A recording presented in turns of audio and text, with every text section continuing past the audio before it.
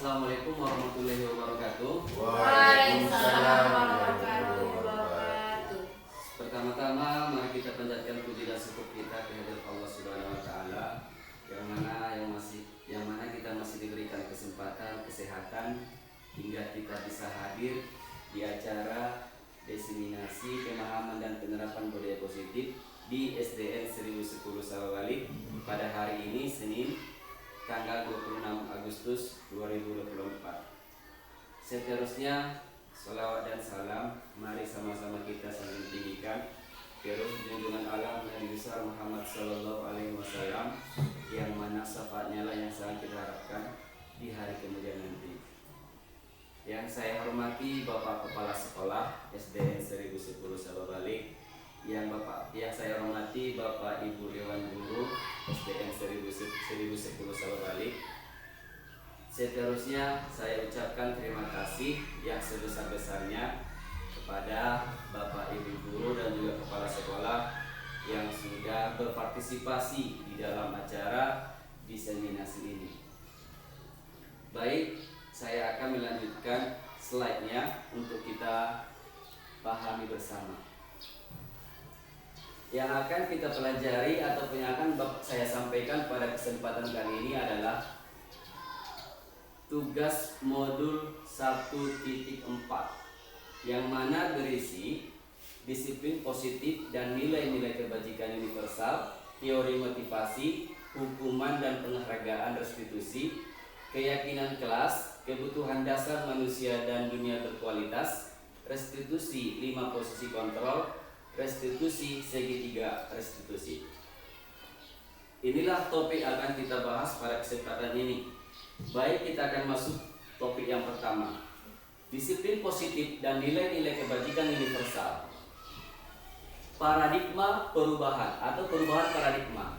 Kegiatan kepalan tangan. Ini ada sedikit kayak ice breaking istilahnya, tapi masuk dia ke topik pembahasan kita. Kita baca, ada A dan B, Anda dan teman Anda, misalkan Bapak Ibu lah, misalnya Ibu kelas 4 dan Ibu Seni. Sobeklah secari kertas kecil, tuliskan benda atau sesuatu yang sangat berharga untuk Anda. Letakkan di salah satu tangan Anda dan genggamlah benda itu. Dengan segala daya, buatlah sebuah kepalan. Kita tuliskan, kita anggap di sini sudah di tangan kita sesuatu tadi yang sangat berharga dan tidak akan saya lepaskan. Gitu satu. Kemudian teman B kita akan mencoba dengan sekuat tenaga dengan berbagai cara untuk meminta Anda memberikan benda tersebut. Artinya segala cara akan dia lakukan untuk membuka tangan Anda itu. Padahal di tangan Anda itu adalah sesuatu yang sangat berharga bagi Anda dan tidak akan pernah dilepaskan. Bisa saja dia nanti dengan membujuk, mengancam, menghardik, merayu, menyuap apa saja agar dapat membuka kepalan tangan Anda. Bisa disimak ya Bapak ya. Kita bayangkan sekali lagi, ada si A, ada si B. Nah, kita ambil aja si A yang membuat tadi sesuatu yang sangat berharga di tangan kanan dia, dan kawan kita tadi si B, dia mencoba membuka atau mengambil sesuatu yang berharga tadi yang kita pegang, yang kita kepal, seperti gambar ada di sana. Nih, saya rasa udah bisa itu. Kita lanjut. Cobalah lakukan kegiatan. Cobalah buka di atas dengan B secara bergantian. Nanti si A yang pertama nanti bergantian sama si B yang megang apa itu. Waktunya 30 detik saja. Sesudah itu diskusikan kegiatan ini dan coba jawab pertanyaan-pertanyaan di bawah ini secara mandiri dan diskusikan kembali dengan rekan Anda yang si B tadi. Bandingkanlah jawaban Anda apakah berbeda atau sama. Bila mana berbeda, kira-kira mengapa gitu. Kira-kira coba Ibu kelas 4, kira-kira Ibu bersedia nggak membuka itu? Meskipun dirayu, disogok gitu, dihardik segala macam tadi, Ibu Erlina melakukan segala cara. Kira-kira Ibu bersedia membuka atau tidak? Kita lihat jawabannya nanti. 1. Apakah Anda atau B membuka kepalan tangan Anda? Mengapa dan apa alasannya? Atau Anda B itu membuka kepalan tangan Anda. 2. Apakah Anda atau si B menutup kepalan tangan Anda? Mengapa? Apa alasannya? B tetap menutup kepala tangan Anda. Dalam kegiatan ini sesungguhnya siapa yang memegang kendali atau kontrol untuk membuka atau menutup kepala tangan tadi? Yang memegang kendali kira-kira Bapak Ibu siapa di sini? Apakah Ibu Erlina atau Ibu kelas 4? Tadi Ibu Erlina berusaha segala cara dilakukan, bahkan dengan dikasih uang pun dilakukan agar tadi kepala tadi terbuka. Simak ya Bapak ya. Kemungkinan jawabannya kita terhadap. Nih 1. Pertanyaan pertama. Kedua bervariasi. Antara yang bersedia membuka, mungkin ada yang bersedia, dan yang tetap bertahan menutup kepala tangannya. Pertanyaan ketiga. Siapakah yang sesungguhnya memegang kontrol? Yang menutup kepala tangan atau yang berusaha dengan segala cara untuk membuka kepala tangan rekannya? Jawabannya tentu kita sendiri yang memegang kontrol. Ya, kita sendiri. Meskipun apapun godaan, rayuan apapun, karena kita lah sebagai pemegang kontrolnya, ya tetap kita. Jawabannya. Apakah kita membuka atau menutup kepala tangan kita itu? Bergantung pada diri kita masing-masing sesuai dengan kebutuhan dasar kita saat itu. Sesuai dengan kebutuhan dasar kita saat itu. Contoh, saya saat ini memang di sini ada sesuatu yang berharga, tapi kebutuhan saya saat ini mungkin butuh uang. Akhirnya saya buka. Jadi tergantung kebutuhan kita saat itu, makanya dibuka. Tapi kalau kita memang pas semua udah lengkap, kebutuhan dasar kita terpenuhi semua, pasti kepala tangan ini tidak akan kita buka. Dr. William Glasser melalui tes teori meluruskan beberapa miskonsepsi tentang makna kontrol. Yaitu yang perlu diluruskan adalah ini yang sama-sama kita luruskan. Ilusi pertama, guru mengontrol murid. Ini yang salah. Seperti yang saya contohkan tadi, si murid itu adalah sebagai pemegang kontrol, dan si guru yang berusaha mencoba dia untuk mengikuti semua peraturan-peraturan sekolah, gitu. Tapi kalau memang dia nggak mau membuka, nggak mau kita bujuk, kita rayu, nggak mau dia, ya tetap hak dia juga memang. Kita bukan si guru di sini yang sebagai pemegang kontrol, tapi si siswanya. Ilusi yang kedua, bahwa semua penguatan positif efektif dan bermanfaat. Penguatan positif ini benar juga, memang benar, ada juga salahnya. Ilusi ketiga, bahwa kritik dan membuat rasa bersalah mampu menguatkan karakter. Mungkin si anak berbuat kesalahan, kemudian kita membuat kritik, kita mengkritik dia dan membuat dia itu merasa bersalah. Ini sebenarnya bukan untuk menguatkan karakter. Selanjutnya, bahwa orang dewasa yang berhak memaksa. Ini nggak wajar. Meskipun dia lebih tua daripada si A, misalkan si anak, tapi si guru ini nggak berhak untuk memaksa dia, karena kita adalah kurikulum merdeka. Dr. William Glasser melalui tes teori meluruskan beberapa miskonsepsi tentang makna kontrol, yaitu yang perlu diluruskan adalah kontrol. Guru mengontrol murid. Sebetulnya kita tidak bisa mengontrol murid. Jika ia tidak mau, harus ada dorongan sendiri dari dia. Kita nggak bisa memaksa dia, karena yang megang kontrol adalah dia, si anak, bukan si guru. Meskipun kita rayu begini segala macam, tapi kita nggak tahu situasinya bagaimana. Kita nggak tahu apakah kebutuhan dasarnya terpenuhi. Kalau kita kebutuhan dasar kita terpenuhi dalam kehidupan sehari-hari, pasti kita akan nyaman. Gitu. 2. Penguatan positif efektif dan bermanfaat. Semisalkan bujukan dan nasihat-nasihat jika terlalu dalam, murid bisa ketergantungan dan tidak mandiri dalam mengontrol dirinya. Tiap hari kita kasih nasihat, tiap hari nasihat, dan dia tidak bisa lagi mengontrol dirinya sendiri. Dia bergantung kepada nasihat-nasihat yang kita lakukan setiap hari. Coba suatu saat dia tidak ada lagi di sekolah ini. Contoh. Dan tidak ada lagi orang yang berikan nasihat-nasihat pada dia. Berarti dia akan susah untuk mengontrol diri dia. Gitu. Yang ketiga, kritikan dapat membuat orang merasa bersalah. Selalu dikritik terus, dia akan merasa bersalah dan dapat menguatkan karakter. Wah, kalaupun kita harus melakukan kritikan, maka kritiklah secukupnya. Dan kritikan tersebut harus membangun, bukan malah membuat murid jadi tidak percaya diri. Kritikan yang kita kasihkan sama anak-anak itu harus yang kritikan yang membangun. Orang dewasa memiliki hak untuk memaksa. Menentukan pilihan adalah hak masing-masing manusia, bukan orang dewasa. Stimulus respon versus teori kontrol. Di sini stimulus respon inilah yang kita lakukan selama ini dan harus kita rubah menjadi teori kontrol. Realitanya kebutuhan kita sama.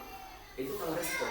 Kebutuhan kita sama. Tapi kalau di teori kontrol, realitas kebutuhan kita itu berbeda.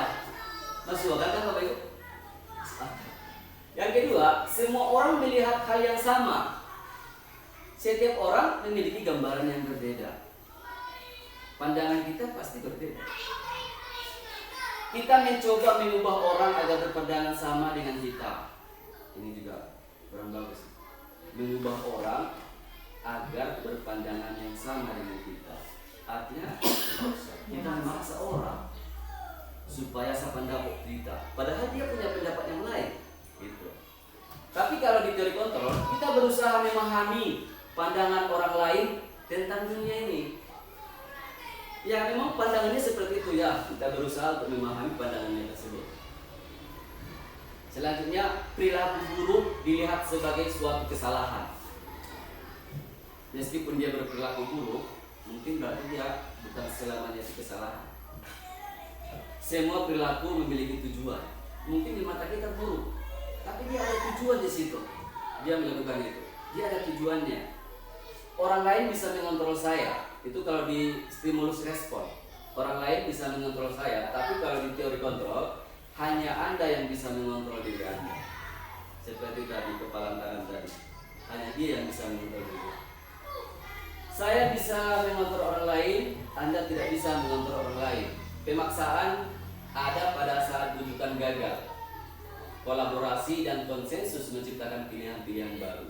Model berpikir menang kalah, tapi kalau terkontrol, model berpikirnya menang dan menang.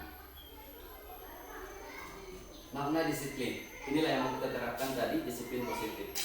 Saya jelaskan lagi tentang disiplin. Mungkin kita sudah tahu makna disiplin. Dalam rangka menciptakan lingkungan positif, salah satu strategi yang perlu kita tinjau kembali adalah penerapan disiplin. Berasal dari bahasa Latin disiplina yang artinya belajar. Namun dalam budaya kita makna kata disiplin telah berubah menjadi sesuatu yang dilakukan seseorang pada orang lain untuk mendapatkan kepatuhan. Kecenderungan umum adalah menghubungkan kata disiplin dengan ketidaknyamanan. Secara biasa memang kalau disiplin katanya nggak nyaman, bukan dengan apa yang kita hargai atau pencapaian suatu tujuan mulia. Ki Hajar Dewantara maupun Dian Gosen mengatakan disiplin sebagai bentuk kontrol diri, yaitu belajar untuk kontrol diri agar dapat mencapai suatu tujuan mulia. Ki Hajar juga menyatakan bahwa disiplin diri yang kuat memiliki motivasi internal.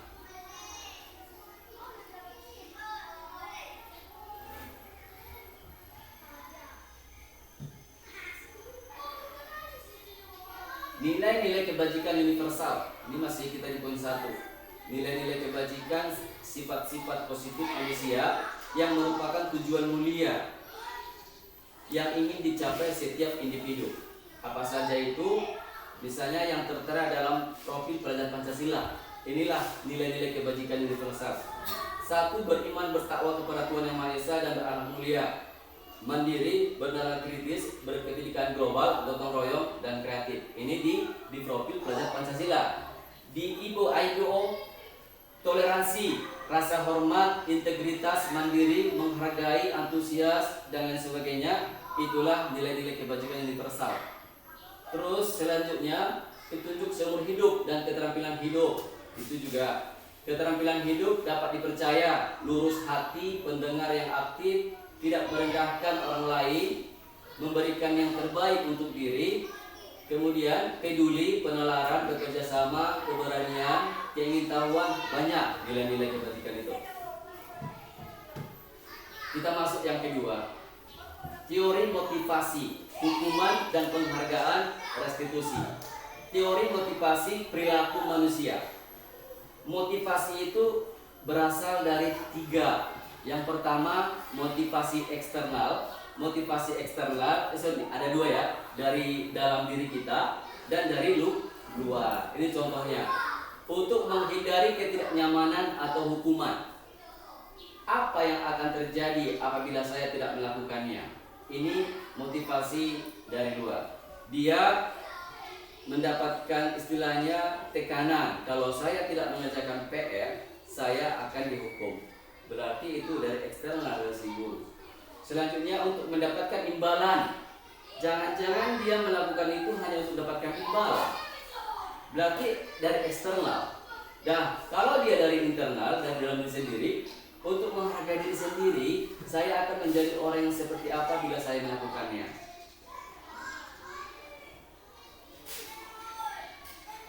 Ini adalah contoh situasinya. IPA kurang menguasai pelajaran matematika, sehingga pada saat pembelajaran tersebut berlangsung, dia lebih banyak berdiam. Dia nggak suka matematika, jadi ketika belajar matematika, dia banyak kan diam. Atau dia menggambar di buku pelajarannya. Pada saat guru matematikanya, Pak Seno menanyakan pertanyaan IPA menjadi gugup ya. Ketika ditanya si IPA menjadi gugup. Dan tak sengaja menjatuhkan tasnya dari kursi, serta tiba-tiba menjadi gagap pada saat berupaya menjawab. Seluruh kelas pun tertawa melihat perilaku IPA yang bicara tergagap dan terkejut tersebut. Pak Seno pada saat itu membiarkan teman-teman IPA menertawakannya. Dan malu luar biasa, dan malahan minta IPA untuk maju ke depan dan berdiri di depan kelas sambil menunjuk hidungnya karena tidak bisa menjawab pertanyaan Pak Seno. Kelas semakin gaduh dan anak-anak pun tertawa melihat IPA di depan kelas memegang ujung hidungnya. Dia malu begini. Anda setuju nggak dengan tindakan Pak Seno terhadap si IPA? Kira-kira Ibu? Tadi dasarnya si IPA nggak suka pelajaran matematika. Kita nggak bisa memaksa murid untuk suka pelajaran matematika, karena setiap murid itu memiliki bakat bidang masing-masing. Nah, karena si IPA tadi nggak suka pelajaran matematika, marah guru matematikanya. Dia menggambar itu. Mungkin si IPA ini sukanya menggambar, hobinya mungkin di kesenian, bakatnya di kesenian. Nah, berarti Anda setuju dengan tindakan Pak Seno terhadap IPA? Mengapa? Mungkin bisa kita jawab dalam hati saja, Bapak Ibu. Menurut Anda, tindakan Pak Seno terhadap IPA adalah sebuah hukuman atau konsekuensi? Kira-kira apa Ibu? Hukuman atau konsekuensi? Hukuman adalah yang tidak direncanakan. Si A berbuat salah langsung dihukum, kan nggak direncanakan hukuman itu. Kalau konsekuensi, kita sepakati siapa yang tidak membawa, misalkan tidak membawa PR, nutip sampah, itulah konsekuensi. Berbeda dengan hukuman. Hukuman dan penghargaan. Inilah kita petakan identitas gagal dan identitas sukses. Hukuman, sesuatu yang menyakitkan harus terjadi. Itulah tadi hukuman. Langsung dia terjadi, bukan direncanakan. Itulah hukuman. Kalau konsekuensi, sesuatu yang harus terjadi karena dia berbuat salah, jadi harus melakukan hukumannya yang sudah disepakati. Contohnya tidak mengerjakan PR, ngutip sampah. Itu sesuatu yang harus terjadi. Kalau restitusi merupakan pilihan. Nanti kita jelaskan tentang restitusi. Tidak nyaman untuk murid anak untuk jangka panjang. Nih, kalau kita terus hukum siswa, hukum murid, dia akan tidak nyaman dalam jangka panjang. Kalau dia konsekuensi, tidak nyaman untuk murid anak untuk jangka waktu pendek. Mungkin hari ini dia yang dibuat masalah dan dia dikasih tugas untuk mengutip sampah. Kalau di restitusi nanti menguatkan untuk murid dan anak dalam jangka waktu panjang. Kita di sini menguatkan meskipun dia buat salah. Identitas gagal untuk hukuman. korban mendapatkan keadilan.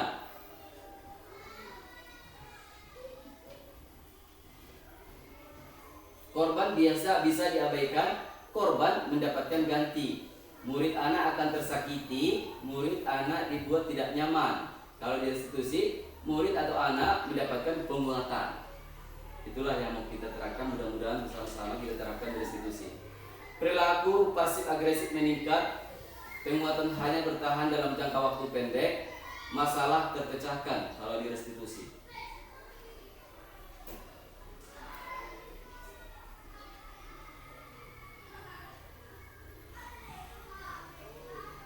Ini dihukum oleh penghargaan. Ibu Anas guru kelas 2 mendapatkan masalah. Murid-muridnya tidak bisa tertib berdiri antri di depan pintu kelas dan selalu berebutan masuk ke dalam kelas. Setelah jam istirahat usai, ini tentunya sangat mengganggu proses pembelajaran di mana kelas tidak dapat mulai tepat waktu karena Ibu Anas sibuk menyenangkan murid-muridnya untuk waktu yang cukup lama. Akhirnya Bu Anas berpikir cepat dan mengandalkan stiker bintang. Setiap murid-muridnya yang akan masuk kelas usia jam istirahat, Bu Anas akan mengiming-imingi, menjanji-janjikan murid-muridnya dengan stiker bintang. Ini dihukum tapi dikasih dengan penghargaan. Ini sesuatu yang gagal, Bapak Ibu. Rajin kamu dah masuk, silent on. Berarti bukan dari dalam diri sendiri, dia hanya untuk mendapatkan penghargaan itu.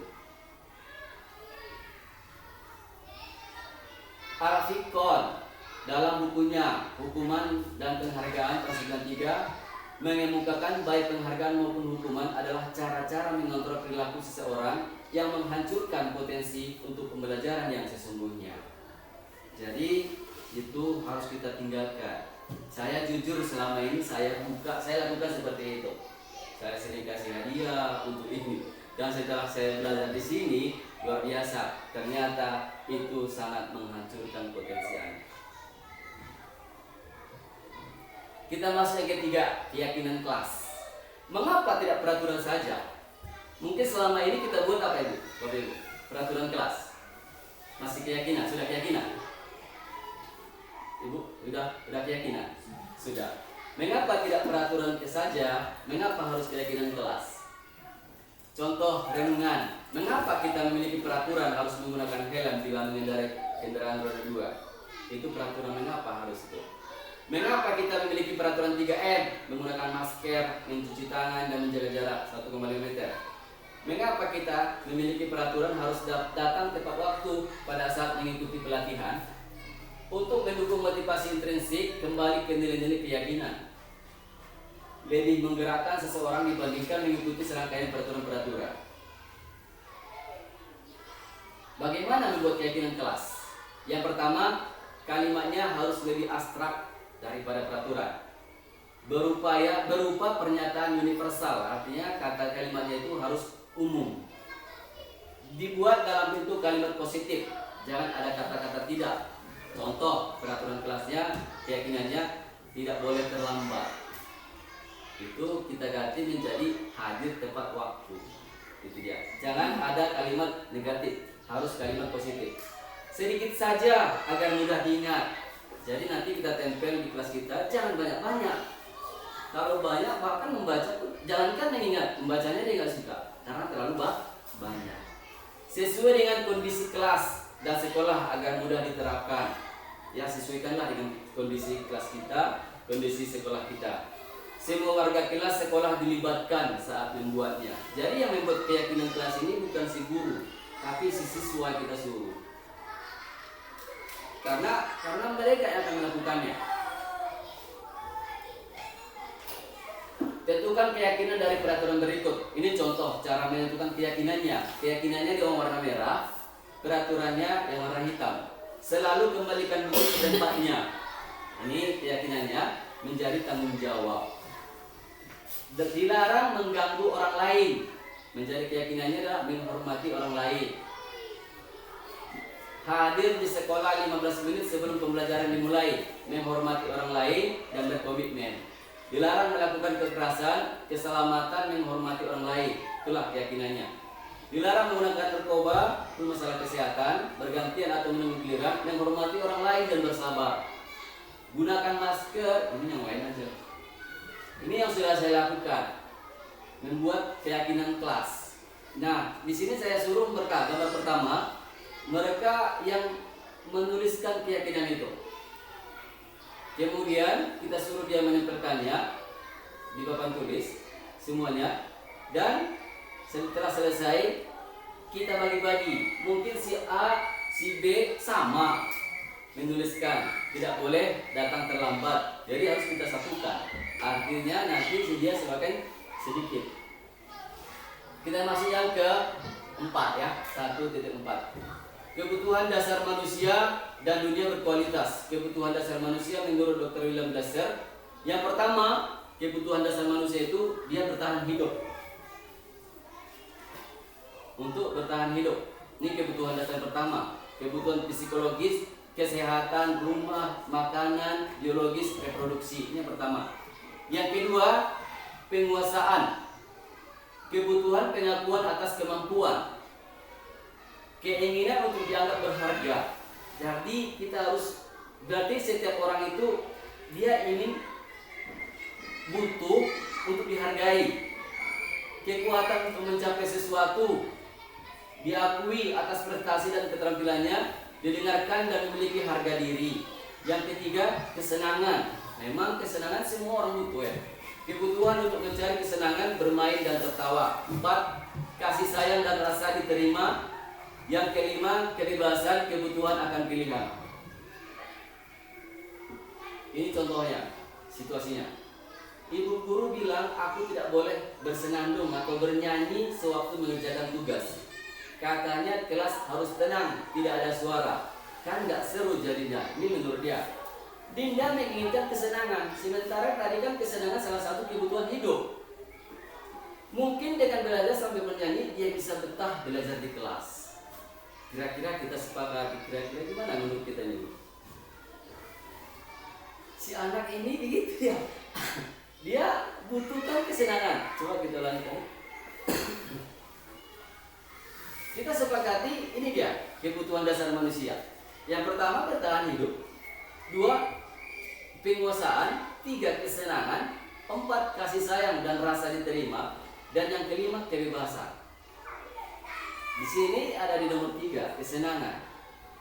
Nah, ibu guru bilang aku tidak boleh bernyanyi sewaktu mengerjakan tugas. Katanya kelas harus tenang, tidak ada suara. Kan nggak seru jadinya. Ini kata si anak. Dinda menginginkan kesenangan. Mungkin dengan belajar sambil bernyanyi, dia bisa betah belajar di kelas. Susah ya waktu itu ya. Tapi yang mau kita terapkan, dia butuh kesenangan. Apakah kita harus patahkan kebutuhan dasar dia? Nah, ini pandai-pandai kita lah gimana caranya. Ya, kita jangan sampai mematahkan kebutuhan dasar si anak. Ibu guru tidak menyapaku hari ini, padahal aku pakai jepit rambut baru, kata si anak. Dinda menginginkan cinta dan kasih sayang. Dinda ingin mendapatkan perhatian dari guru. Harusnya kita pun seperti itu, memang susah jadi guru. Ya, ada nama rupa di si anak nih, aku dihargai. Ini ada estimation dan visual gitu. Dan dia akan merasa dia akan mendapatkan rasa cinta dan kasih sayang, rasa perhatian. Begitu. Aku senang main kejar-kejaran. Bimo mencari kesenangan karena mungkin di rumah tidak ada yang diajak bermain. Di sekolah ada guru yang akan bermain bersamanya jika dia berlari-lari.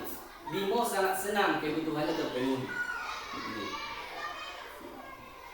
Dia ingin mencari kesenangan. Mungkin di rumah pun ada yang kemana sini. Ada rumah yang bermayam. Jadi kayak di sekolah gitu. Aku hebat kan? Bisa bikin ibu guru kejar aku. Bimo mengikat penguasaan karena dia merasa hebat ketika berhasil membuat bu guru mengejarnya. Hal ini memiliki kebutuhan dasar Bimo akan penguasaan. Aku bosan belajar mewarnai terus dalam kelas. Bimo menginginkan kebebasan. Bisa jadi hobi Bimo bukan mewarnai, namun di bidang yang lain.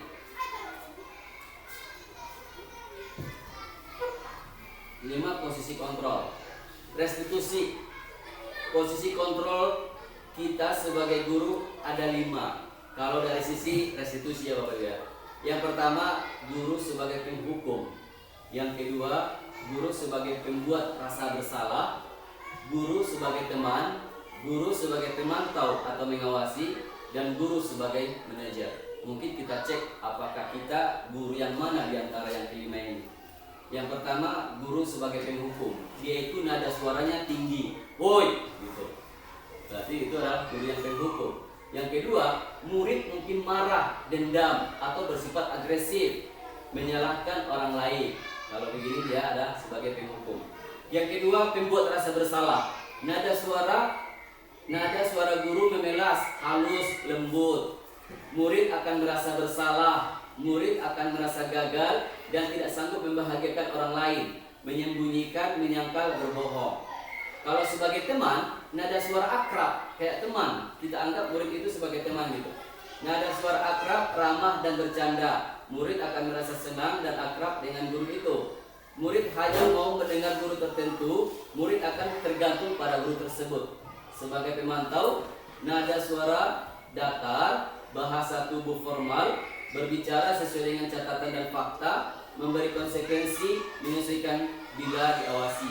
Nah, sebagai manajer, suara halus, bahasa tubuh tidak kaku, mendekat ke murid, guru membantu siswa untuk bertanggung jawab, mencari solusi atas masalah yang ada, menguatkan watak atau karakter.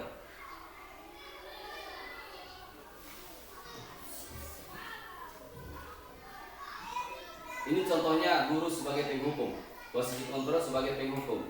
Guru-guru yang menerapkan posisi penghukum akan berkata, patuhi aturan saya atau awas. Kamu selalu saja salah. Selalu pasti yang terakhir selesai. Guru seperti ini senantiasa percaya hanya ada satu cara agar pembelajaran bisa berhasil, yaitu dengan cara dia. Yang kedua, pembuat rasa bersalah. Kata-kata yang biasa keluar dari si gurunya akan lembut dan seperti ini. Ibu sangat kecewa sekali dengan kamu. Berapa kali Bapak harus memberitahu kamu ya? Gimana coba kalau orang tua tahu kamu berbuat begini? Di posisi ini, murid akan memiliki penilaian diri yang buruk tentang diri mereka. Murid merasa tidak berharga dan telah mengecewakan orang yang disayanginya. Posisi kontrol sebagai teman. Ayo bantulah dari Bapak ya. Ayo ingat tidak bantuan Bapak selama ini. Ayo, kamu nggak ingat bantuan Bapak selama ini? Ya sudah, kali ini tidak apa-apa. Nanti Ibu bantu bereskan. Ini sebagai teman kita sama murid. Murid akan merasa senang dan akrab dengan guru ini. Ini termasuk dampak yang positif. Hanya saja di sisi negatif, murid menjadi tergantung pada guru tersebut. Sebagai pemantau, peraturannya apa? Apa yang telah kamu lakukan? Sanksi atau konsekuensinya apa? Murid memahami konsekuensi yang harus dijalankan karena telah melanggar salah satu peraturan sekolah. Sebagai manajer, apa yang kita yakini? Kita buat kesepakatan kelas, sudah dibuat kesepakatan kelas. Apa yang kita yakini? Kembali ke keyakinan kelas. Apakah kamu meyakininya? Jika kamu meyakininya, apakah kamu bersedia memperbaikinya? Jika kamu memperbaiki ini, hal ini menunjukkan apa tentang dirimu? Apa rencana kamu untuk memperbaiki hal ini?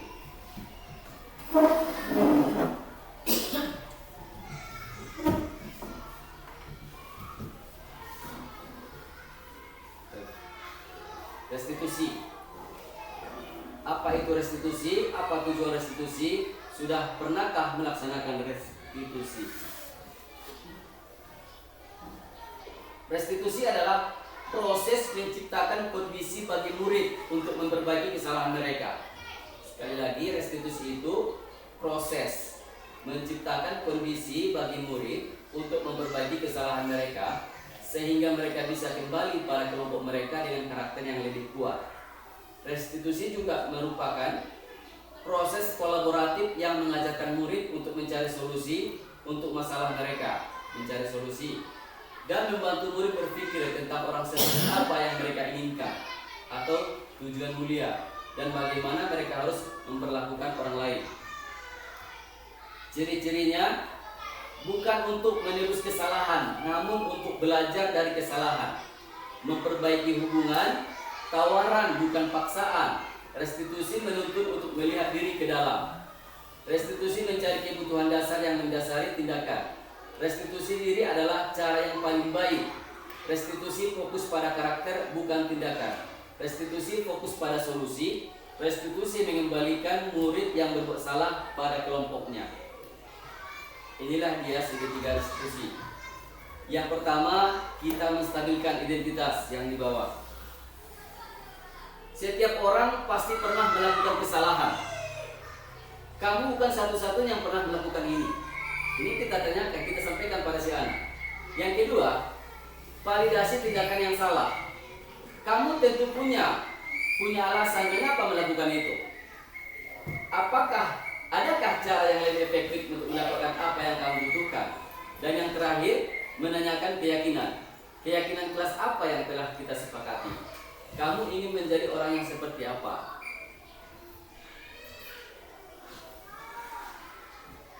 Ini contoh kalimat-kalimat yang akan kita sampaikan ketika kita menstabilkan identitas ini. Guru berkata, berbuat salah itu hal yang manusiawi. Tidak ada manusia yang sempurna. Bapak Ibu juga buat salah.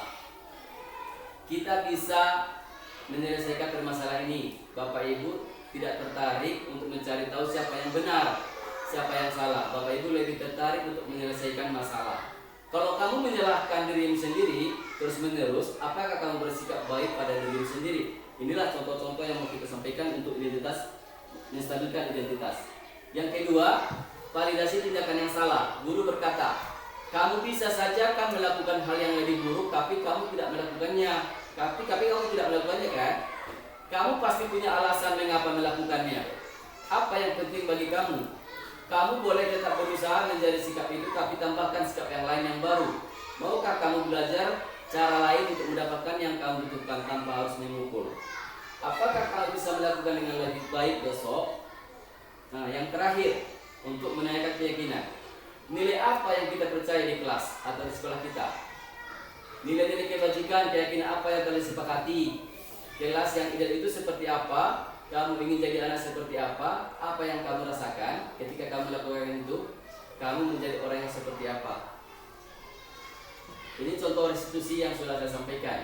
Ini si anak ada bermasalah buat kasus. Kemudian di sini saya tidak menghukum.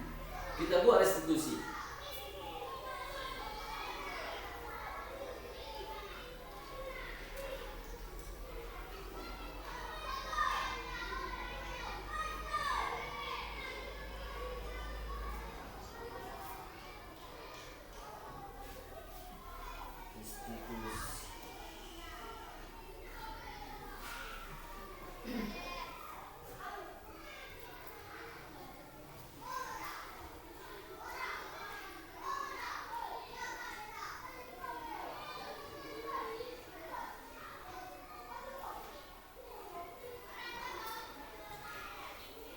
Saya kelupaan teksnya, percakapannya. Jadi nanti saja.